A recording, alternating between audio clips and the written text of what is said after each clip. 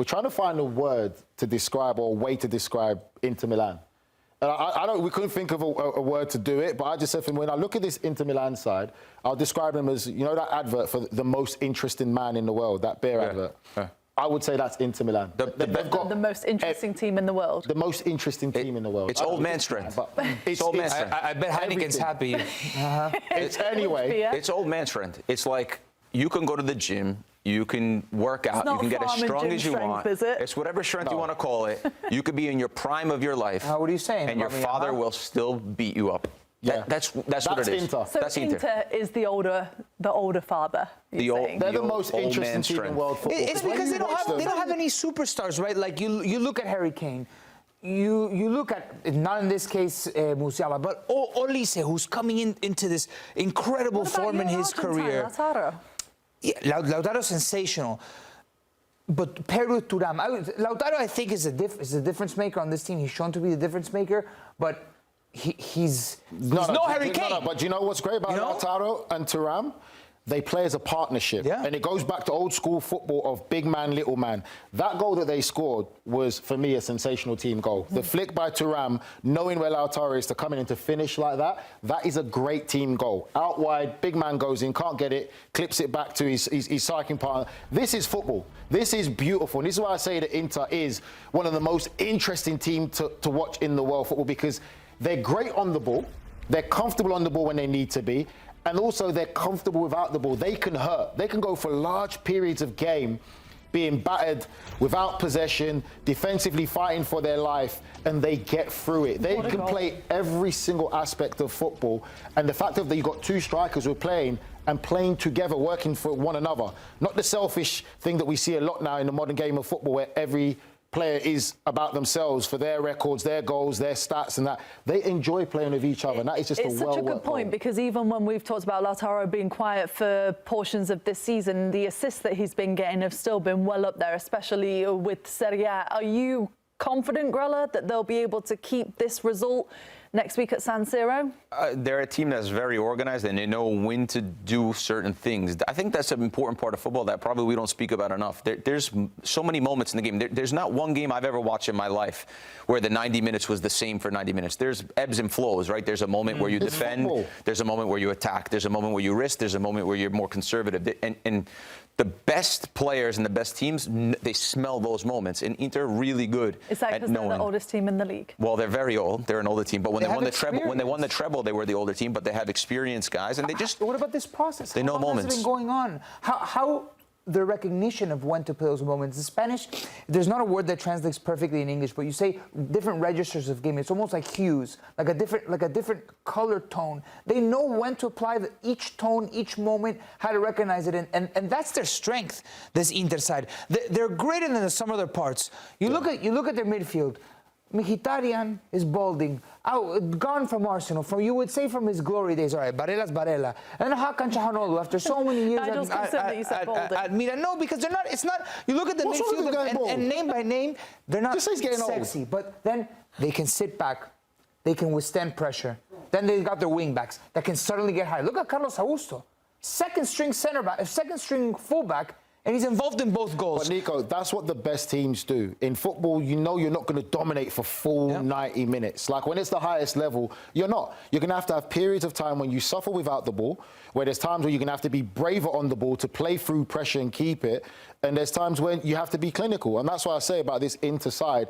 When you look at them, they can do everything. And you can't do nothing but give them credit. And especially with the age as well of how old that team is. But it does You've got to give them credit. It does feel in moments, though, that we've watched them this season, we thought they're so far from their best, even this past weekend against Parma, some of the rotations that we saw or substitutions that Inzaghi made. Are you still waiting for that next level, or are you thinking at this point in the season they are what they are? Bergomi came out and said, as the Inter legend that was a defender, he came out and said that Inter play in the current game thinking about the next game, and I think it's very accurate. And when they don't do that, because the Champions League obviously a big occasion, when they don't do that, they're quite organized, and when they keep Bastoni, Çalhanoğlu, and Barella on the field, very important spine of their team, then they're pretty good, and they can see out games for 90 minutes. We have seen an Inter side that lumbers, that looks fatigued, that's an older side, that doesn't put games away. We have seen that. But when they're at their best, and when they're totally in that one game, then we see a pretty good But, Inter side that really smells the moments. And the thing is, you got to give credit to Inter because they're still in all the competitions. Yeah. They're still playing for so much and how they're doing. But I'm with you, Poppy. I think when you look at this Inter side for this season, they are what they are now. They're not going to get to that next level that we think they can kick in, which they are capable of, but they are what they are now. But you got to give credit to them because they're not playing great, but they still get results and play all aspects of football. I think they still have one more gear to hit. If they I don't think they're going to get to that next year. It's too much. They're not going to get to that next year with all the stuff that they're playing. You don't think that they end up beating Bayern? They can grow in confidence. But you've also got the Serie A, but Nico, put a couple of tournaments competition. away. You've got the Italian Cup, and that, like they could do the treble. Milan, yeah. They could do the treble, and they're competing to win everything. 3 points behind them. A big part of this and why they've been so good, though, is Yann Sommer, and we are live on YouTube, and we've got a comment from Tom. Hey, folks, any thoughts on Sommer's day today? Well, let's have a look at Sommer's day today, shall we? Grell, what did you think of it? I think he did his job, right? I think he's been really good for them in the past couple of weeks. He's made some huge saves and kept them in games. I mean, this one he should save. He's got a really good defense in front of him too, but this one was fairly straightforward. But he's been a guy that they can rely on for sure, organizing, coming out for crosses. This one as well. Another great signing by Inter. This is cherries, though. That was a great signing for him. Did they get him on a free? I'm not sure if they got him on a free, but they've made an unbelievable deal because obviously they sold. They came on a free, yeah, that's what I thought. So they sold Onana for 60, 70 million, and then get Sommer, who's just as good, if not better. Has looked really good. But for the goal scorer, it's a bright moment in what's been a really difficult period with his grandmother passing away yesterday. Here's what he had to say following the match. In my life, I've always thought that my best quality was in my head. I've always believed that nothing and no one could shake me, but this thing caught me off guard. I couldn't stay focused anymore. I was too attached to Grandma. I wasn't used to seeing her like that. It was tough and heavy. Tonight, there's definitely Grandma's touch in this, for sure. She let out a few yells from up there.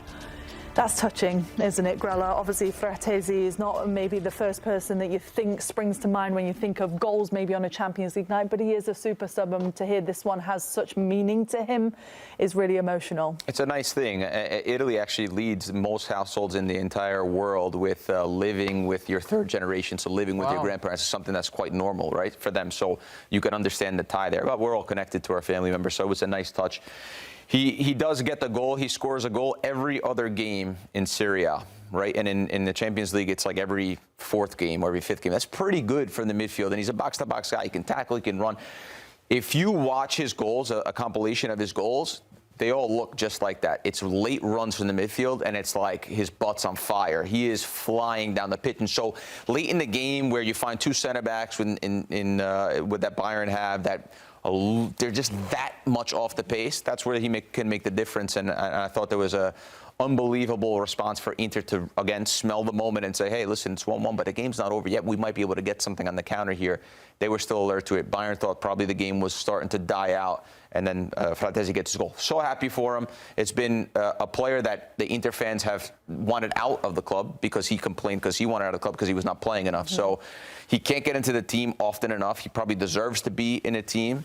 So it's another positive moment for Frattesi. The recognition of the space on the goal is fantastic because you can see on the moment that Eric Dyer checks his shoulder and then looks back to get his bearings to see where the ball is, Frattesi already beat him to the space.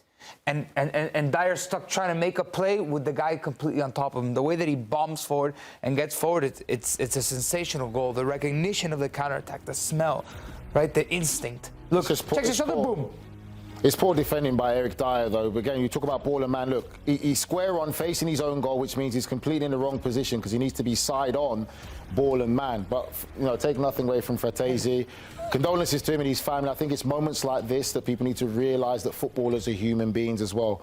We go through so many emotional moments, and that there is something you just, you know, can't put your words to it. And even when you read the statement that he made, it just made me tingle, you know, for a fellow professional who's going through that moment, playing in a big game like that, and you talk about the family connection, because at the end of the day, when you go through so many emotions as a professional footballer, it's your family that's there for you. They're the ones that have to listen to you, you know, when you cry, when you pour out the emotions, what you're going through, when you step on the pitch and you get abuse and stuff like that. When you lose a family member, it's just so much, and it's those moments there that just let's remind the fans of the human aspect of footballers. They're humans. They're human beings and go through things as well, Really while they well have to said. go and perform.